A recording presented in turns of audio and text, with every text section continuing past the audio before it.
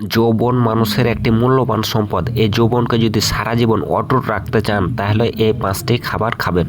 জীবনে কোনোদিন কোনো সেক্সের বড়ি এবং কি কোনো কেমিক্যাল মেডিসিন কিছুই খেতে হবে না। সারা জীবন আপনার যৌবন অটুট রাখবে।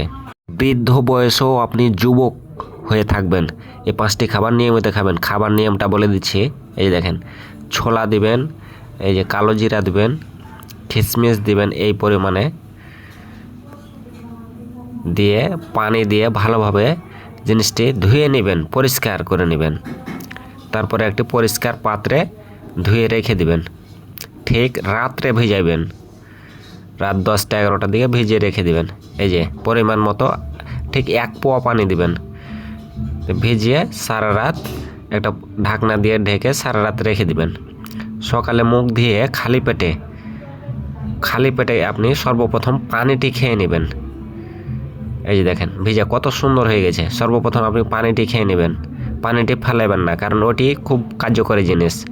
তারপরে ওই ছোলা, কিশমিশ, বাদাম এই জিনিসটিকে আপনি চাবিয়ে খেয়ে নেবেন। ভিডিওটি ভালো লাগলে চ্যানেলটি